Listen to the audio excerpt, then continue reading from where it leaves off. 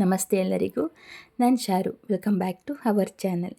ಸಂಜೆ ಹೊತ್ತು evening snacks, coffee ಅಥವಾ ಟೀ ಜೊತೆಗೆ ನಾವು ಯಾವಾಗಲೂ ಬೋಂಡ, ಬಜ್ಜಿ ಮತ್ತು ಪಕೋಡವನ್ನು ಮಾಡ್ಕೊತಾ ಇರ್ತೀವಲ್ಲ. ಸೊ ಅದ್ರ ಬದಲಾಗಿ ಇವತ್ತು ನಾನು ಈ ರೆಸಿಪಿಯನ್ನು ಶೇರ್ ಮಾಡ್ತಾಯಿದ್ದೀನಿ. ಕ್ಯಾಬೇಜನ್ನು ಬಳಸ್ಕೊಂಡು ನಾವು ಕ್ಯಾಬೇಜ್ ವಡೆಯನ್ನು ಮಾಡ್ಕೊಳ್ಳೋದ್ರಿಂದ ತುಂಬಾ ಚೆನ್ನಾಗಿರುತ್ತೆ, ಸ್ವಲ್ಪ ಡಿಫ್ರೆಂಟಾಗೂ ಸಹ ಇರುತ್ತೆ. ಹಾಗಾಗಿ ಆ ಒಂದು ರೆಸಿಪಿನ ಇವತ್ತು ನಾನು ಶೇರ್ ಮಾಡ್ತಾಯಿದ್ದೀನಿ. ತುಂಬಾ ಟೇಸ್ಟಿಯಾಗಿರುತ್ತೆ, ತುಂಬಾ ಚೆನ್ನಾಗಿರುತ್ತೆ. ಸೊ ಒಂದ್ಸರಿ ನೀವು ಟ್ರೈ ಮಾಡಲೇಬೇಕು. ಬನ್ನಿ ಹೇಗೆ ಮಾಡ್ಕೊಳ್ಳೋದು ಅಂತ ನೋಡೋಣ. ನಾನು ಒಂದು ಕ್ಯಾಬೇಜಲ್ಲಿ ಅರ್ಧ ಕ್ಯಾಬೇಜನ್ನಷ್ಟೇ ಇಲ್ಲಿ ಕಟ್ ಮಾಡಿ ಈ ರೀತಿ ಇಟ್ಕೊಂಡಿದ್ದೀನಿ. ನೋಡಿ, ಉದ್ದುದ್ದಕ್ಕೆ ಕಟ್ ಮಾಡ್ಕೊಂಡಿದ್ದೀನಿ. ಸೊ ಎಷ್ಟು ಚೆನ್ನಾಗಿದೆ ಅಲ್ವಾ. ಸೊ ಈಗ ಇದನ್ನು ಒಂದು ಸ್ವಲ್ಪ ಉಪ್ಪನ್ನು ಈಗ ನಾವಿಲ್ಲಿ ಆ್ಯಡ್ ಮಾಡ್ಕೊಳ್ಬೇಕಾಗತ್ತೆ. ಇದಕ್ಕೆ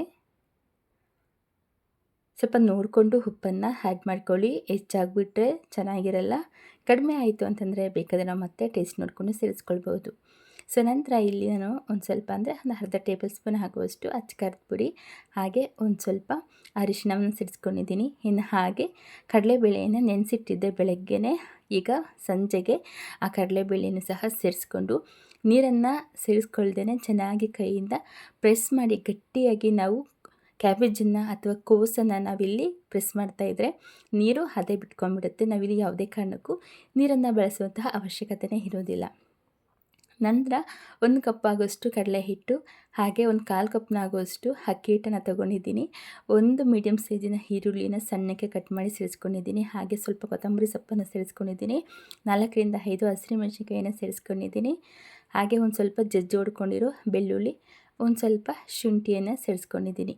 ಈಗ ಇದನ್ನೆಲ್ಲ ಸೇರಿಸಿ ಕೈಯಿಂದ ಎಷ್ಟು ಸಾಧ್ಯ ಆಗುತ್ತೋ ಅಷ್ಟು ಗಟ್ಟಿಯಾಗಿ ನೀವು ಪ್ರೆಸ್ ಮಾಡಿ ಹಿಟ್ಟನ್ನು ನೀಟಾಗಿ ಕ್ಯಾಬೇಜಿಗೆ ಅಂಟ್ಕೊಳ್ಳೋ ಥರ ನಾವು ಕಲಿಸ್ಕೊಳ್ಬೇಕು. ಯಾವುದೇ ಕಾರಣಕ್ಕೆ ಇಲ್ಲಿ ನೀರನ್ನು ಆ್ಯಡ್ ಮಾಡೋ ಅವಶ್ಯಕತೆ ಇರೋದಿಲ್ಲ. ಕ್ಯಾಬೇಜಲ್ಲೇ ನೀರಂತ ಅನ್ನೋದು ನಮಗೆ ಸಿಗುತ್ತೆ. ಹಾಗಾಗಿ ನಾನು ತೋರಿಸಿದ್ದೀನಿ ನೋಡಿ, ಈ ರೀತಿ ಚೆನ್ನಾಗಿ ಪ್ರೆಸ್ ಮಾಡಿ ನಾವು ಹಿಟ್ಟನ್ನು ಕಲಿಸೋದ್ರಿಂದ ನಮಗೆ ಬೋಂಡ ಅದಕ್ಕೆ ಬಂದುಬಿಡುತ್ತೆ. ಈಗ ಒಂದು ಸ್ವಲ್ಪ ಅಡುಗೆ ಸೋಡವನ್ನು ಸೇರಿಸ್ಕೊಳ್ಳೋಣ. ಸೊ ಅಡುಗೆ ಸೋಡವನ್ನು ಸೇರಿಸ್ಕೊಂಡು ಚೆನ್ನಾಗಿ ಮಿಕ್ಸ್ ಮಾಡ್ಕೊಳ್ಳೋಣ. ಸೊ ನೋಡಿದ್ರಲ್ಲ ಎಷ್ಟು ಚೆನ್ನಾಗಿ ಆಗಿದೆ ಅಂತ. ಈಗ ಇದನ್ನು ಒಂದು 10ರಿಂದ 15 ನಿಮಿಷ ಈ ರೀತಿ ಒಂದು ತಟ್ಟೆಯಿಂದ ಮುಚ್ಚಿ ಸೈಡ್ಗೆ ಇಟ್ಬಿಡೋಣ. ಸೊ ಅಷ್ಟರಲ್ಲಿ ನಿಮಗೆ ಒಂದು ಮ್ಯಾಜಿಕ್ ಅಂತ ಅನ್ನೋದು ಆಗಿಬಿಡುತ್ತೆ. ಸೊ ಈಗ ನೋಡಿ, ಒಂದು 15 ನಿಮಿಷ ನಾನು ಇಟ್ಟಿದ್ದೆ. 15 ನಿಮಿಷ ಆಯಿತು. ಅದಾದಮೇಲೆ ನೋಡಿ ಹಿಟ್ಟು ಎಷ್ಟು ಚೆನ್ನಾಗಿ ಆಗಿದೆ ಅಂತ ಹೇಳಿ. ನೋಡಿ ಎಷ್ಟು ಚೆನ್ನಾಗಿ ಆಗಿದೆ. ಕ್ಯಾಬೇಜಲ್ಲಿ ಇರೋ ನೀರೆಲ್ಲ ಸಹ ಹಿಟ್ಟಿಗೆ ಚೆನ್ನಾಗಿ ಹಿಡ್ಕೊಂಡಿದೆ.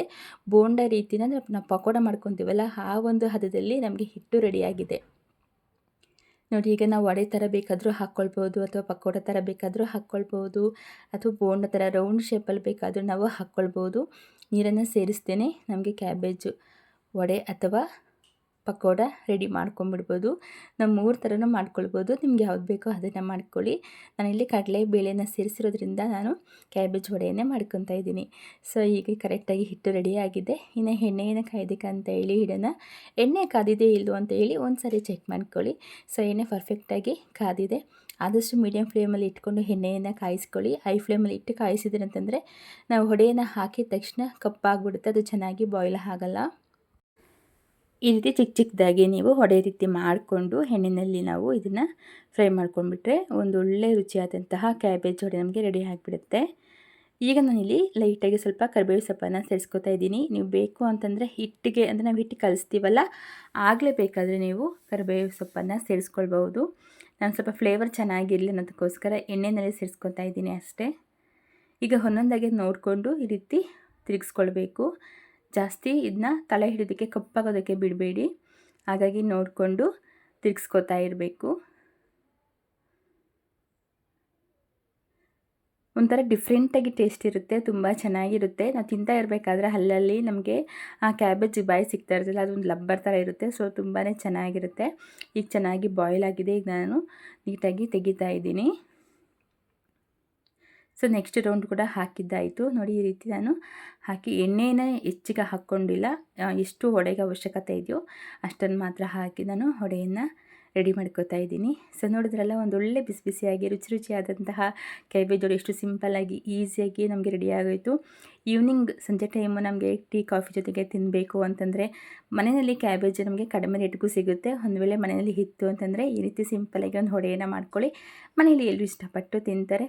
ಸೊ ಫ್ರೆಂಡ್ಸ್, ಈ ವಿಡಿಯೋ ನಿಮ್ಗೆ ಇಷ್ಟ ಆಗಿದ್ರೆ ನನ್ನ ಚಾನಲ್ ಸಬ್ಸ್ಕ್ರೈಬ್ ಮಾಡ್ಕೊಳ್ಳಿ. ನಿಮ್ಮ ಫ್ಯಾಮಿಲಿ ಫ್ರೆಂಡ್ಸ್ಗೆ ಶೇರ್ ಮಾಡಿ. ಇದೇ ರೀತಿ ಹೊಸ ಹೊಸ ರೆಸಿಪೀಸ್ಗೆ ನನ್ನ ಚಾನಲ್ನ ಫಾಲೋ ಮಾಡೋದನ್ನ ಮರಿಬೇಡಿ. Thank you for watching and love you all.